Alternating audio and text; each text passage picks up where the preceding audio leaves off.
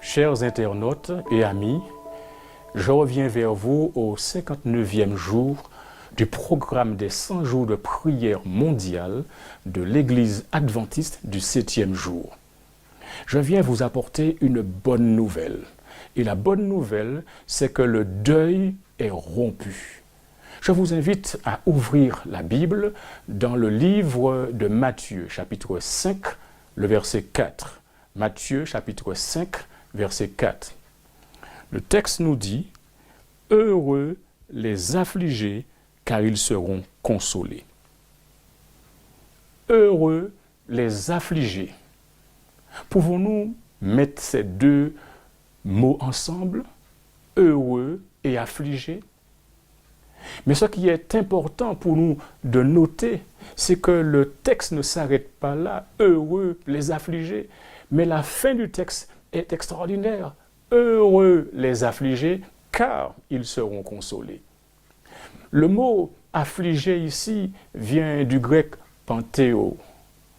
Et cela dénote en général un deuil intense, en contraste avec un autre mot grec, loupé-omai, qui est un terme plus général et qui signifie pleurer, chagriner, se désoler, peiner, attrister.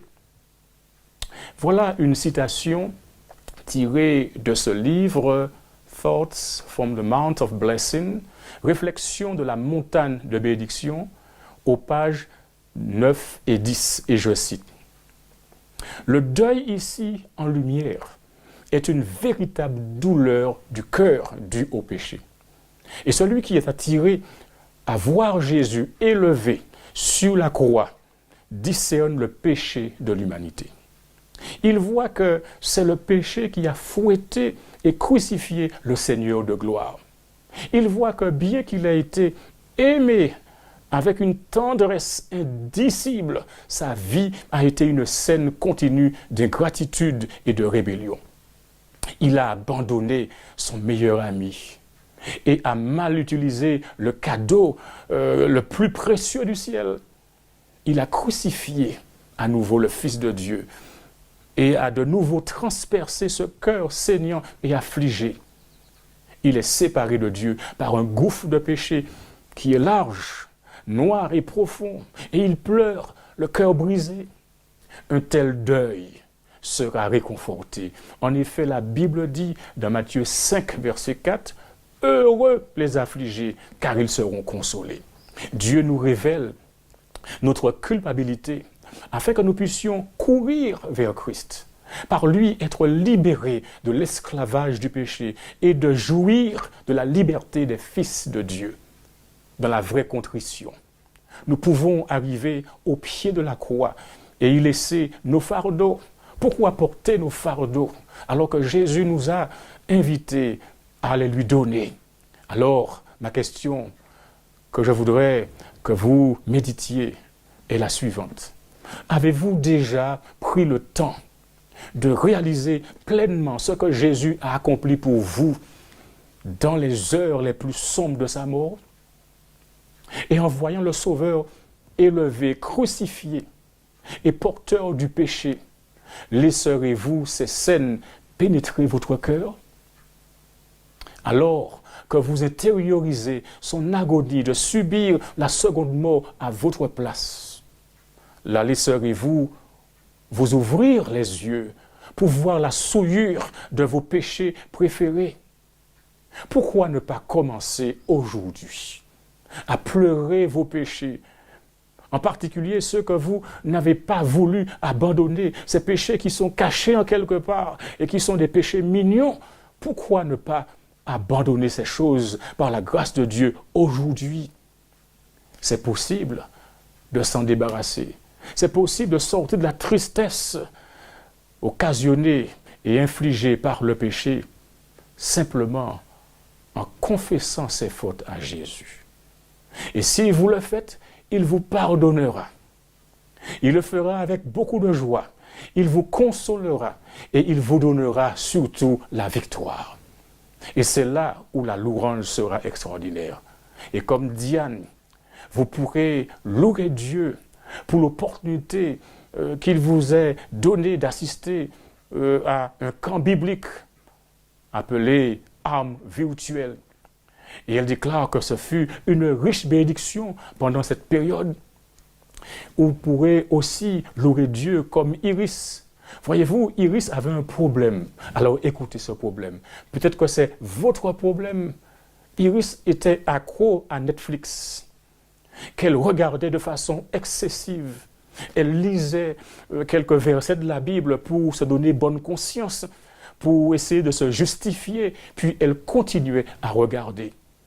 Après une semaine de prière dans son école, Dieu l'a convaincue de supprimer l'application. Après un certain temps, elle retourna et commença à regarder uniquement des films bibliques. Mais elle ne pouvait pas se contrôler. Elle était de nouveau sous le contrôle de Satan.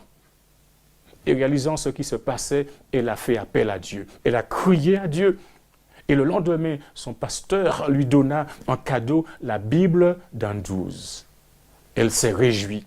Et avec larmes, elle a remercié Dieu pour son intervention. Il lui a rappelé le texte de Philippiens chapitre 2 verset 13, ce texte qui est merveilleux. Philippiens chapitre 2 verset 13. Car c'est Dieu qui produit en vous le vouloir et le faire selon son bon plaisir. Vous n'avez pas la force de le faire, ni la volonté de le faire. Mais Dieu, il fait quelque chose, il vous donne la volonté et il vous donne aussi la force de le faire. Et il le fait pour son bon plaisir. Loué soit Dieu pour cela. Et Iris a loué Dieu. Parce que Dieu l'a convaincu par le Saint-Esprit d'accomplir sa promesse. Et c'est là pour nous une occasion de prier Dieu. Et nous voulons lui présenter nos cœurs abattus, affligés. Nous voulons lui demander de venir dans nos cœurs et de faire le ménage. Heureux les affligés, car ils seront consolés. Prions le Seigneur. Père éternel, nous te louons et te bénissons pour cette merveilleuse déclaration. Heureux les affligés, car ils seront consolés. Nous tous portons des fardeaux de quelque nature que ce soit. Des choses qui nous font de la peine, des choses qui nous font pleurer. Et parfois, nous sommes confrontés à la maladie, confrontés au deuil, confrontés à toutes sortes de situations qui génèrent de l'angoisse, qui génèrent de la tristesse. Mais tu nous dis aujourd'hui, heureux ceux qui sont affligés, car ils seront consolés. Le deuil sera rompu, parce que Jésus-Christ revient bientôt. Ô Père, nous voulons te prier de manière extraordinaire pour ce qui a été fait, pour que nous ayons une meilleure compréhension de ce qui est réellement passé à la croix. Nous voulons que tu nous aides à haïr le péché et à aimer la justice. Nous te prions, Seigneur, pour que tu nous mettes le Saint-Esprit pour nous guider, pour nous diriger chaque jour, afin que nous fassions ce qui te plaise.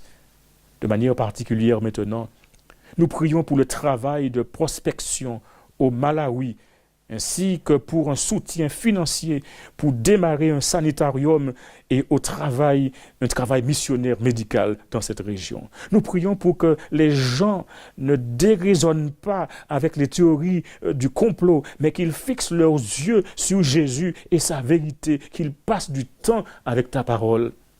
Parce que tu nous indiques, vous connaîtrez la vérité et la vérité vous affranchira. Et si le Fils vous affranchit, vous êtes vraiment libre.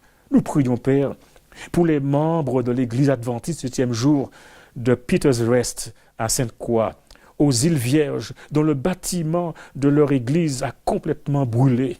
Nous te prions pour que tu leur accordes de la sagesse afin qu'ils sachent ce qu'il faut faire pour aller de l'avant. Nous prions, Père, afin que cette perte devienne une victoire pour Jésus et que tout le monde réalise que rien n'est pas fini avant que tu n'aies dit que c'est terminé. Ô Père, bénis les internautes, bénis tous ceux qui entendent ce message et que ce message les galvanise et que chacun comprenne que quelle que soit la situation aujourd'hui, la peine, la souffrance, la douleur, la tristesse, tout ce qui envahit le cœur et fait désordre, un jour, ils seront tous consolés, heureux, les affligés, car ils seront consolés. Merci Père de nous avoir écoutés et exaucés dans le nom de Jésus. Amen. Que le Seigneur vous garde et qu'il vous bénisse. Et n'oubliez surtout pas que le Seigneur est celui qui console ceux qui sont affligés.